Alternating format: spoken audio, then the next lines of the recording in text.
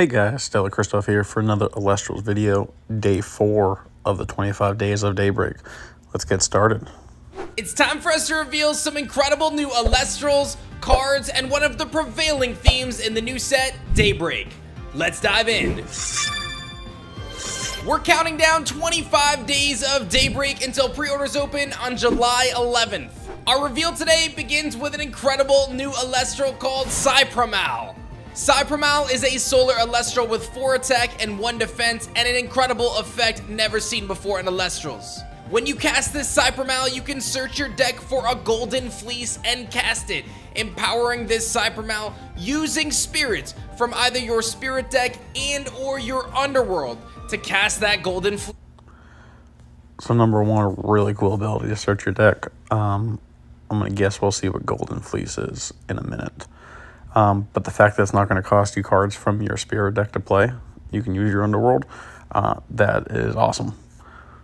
So, I mean, you summon it this turn, and then you're already going to be able to equip it with something. And again, I mean, my whole thing is you're not wasting your spirit deck. So you're talking about the resource system, able to pull from the underworld, you can't beat it. This means that when you cast out Cyal, you can immediately search your deck for that incredible new artifact and empower your Cyal right away. Now, many of you may be familiar with an ancient Greek myth of Jason and the Argonauts as they searched on a quest to find the Golden Fleece, and we have a brand new rune card for Daybreak called Argo. Argo is a new counter rune that costs any 2 spirits, and it can only be cast after an Alestral declares an attack, yours or an opponent's. The effect is simple, but this is going to change Alestrals forever, as you can cast out any artifact from your deck. So for me, immediately, I'm looking over at Necklace of Harmonia. Give it a +5 immediately. So there's not many cards, say past an 8 attack. Obviously, if there's divine runes out or if there's stadiums, artifacts, they're being powered up as well. But, say you have a Necrough out that has a 5 attack and they have a lot of gone out. You know what I mean? You're going to go ahead and play that card. You're going to play that Argo card, equip it with Necklace of Harmonia. You're going to give it a 10 attack and, hit back at your opponent. Empowering an Alestral on your field. That means Argo can be used offensively to attack your opponents and empower them with an artifact from your deck. Even on your turn too, actually, if you really think about it. Just like you might play Tsunami, leave it down for a full turn on your turn, go ahead and implement your combo. But again, you draw a card, you don't have the card you need to defeat your opponent or defeat their Alestral on the field, you can go ahead and play this on your turn. Same thing, it doesn't matter what empowering or artifact rune you're going to use, but again, for me, I'm looking at Necklace of Harmonia. Use it for 1 turn. It's going to give it a +5 attack.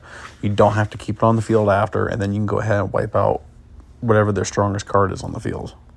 Or it can be used defensively to take an oncoming attack and protect yourself with a stronger attack stat in that battle phase. The possibilities and combinations for Argo are endless in Alestral's TCG, and cards like Cyal are going to really benefit from this. Argo is going to enable all sorts of incredible artifact strategies as we go on our quest to find the Golden Fleece in Daybreak. Now, earlier I mentioned Cyal's special effect to get out the Golden Fleece, and we've got to talk about Golden Fleece as well, as it is a brand new artifact with 2 solar spirits with the effect the empowered Alestral gets +2 defense. If the empowered Alestral would be destroyed in battle or by opponent's card effect, you can destroy this Golden Fleece instead. So already I'm looking at it as use it in a water deck with your Galaxy or the new Chronodile. Chronodile's got the 14 defense, have Galaxy out, flip-flop the attack and defense. +2 gives it a 16.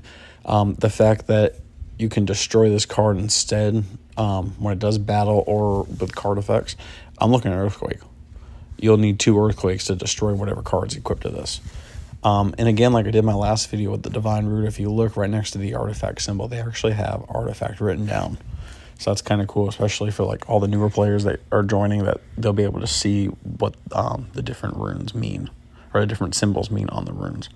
But even like the +2 defense, like I don't even care about that. The fact that you can protect your Alestral, and again, if your opponent doesn't have anything, they're gonna have to attack you twice. They're gonna have to use 2 different art or 2 different invoke runes, whatever they have to use. Really cool ability. Really, really good card.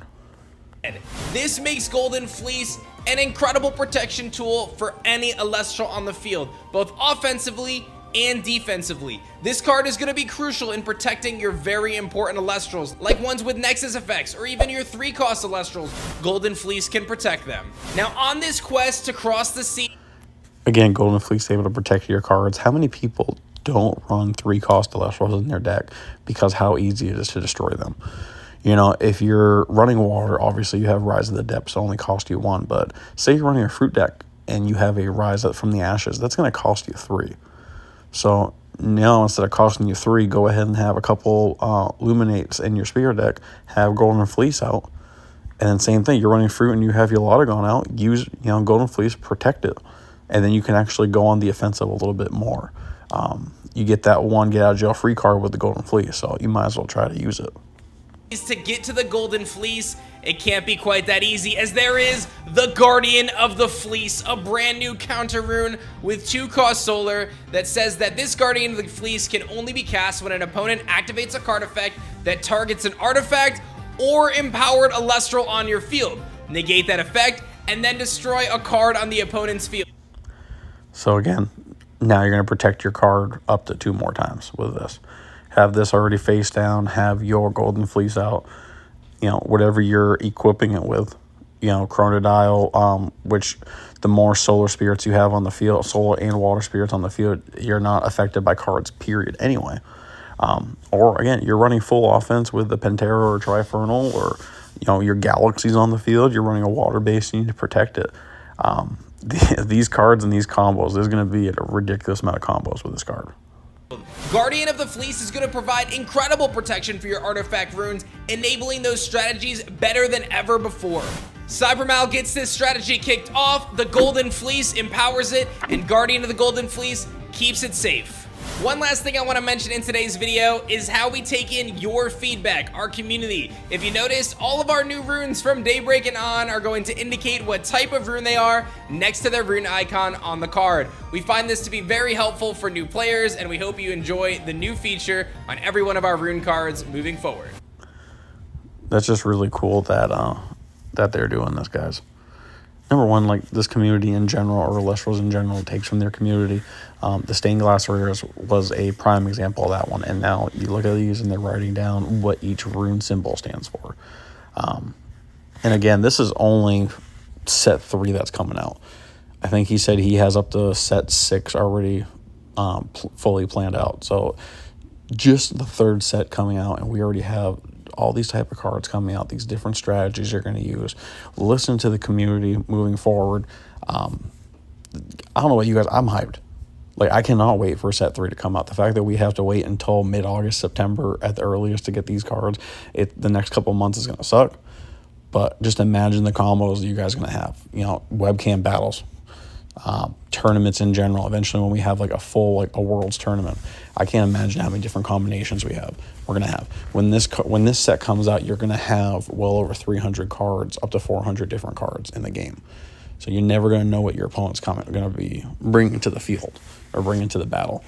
The first set, and even with Frostfall, you kind of know what deck they're going to run just by seeing the first couple of cards they play.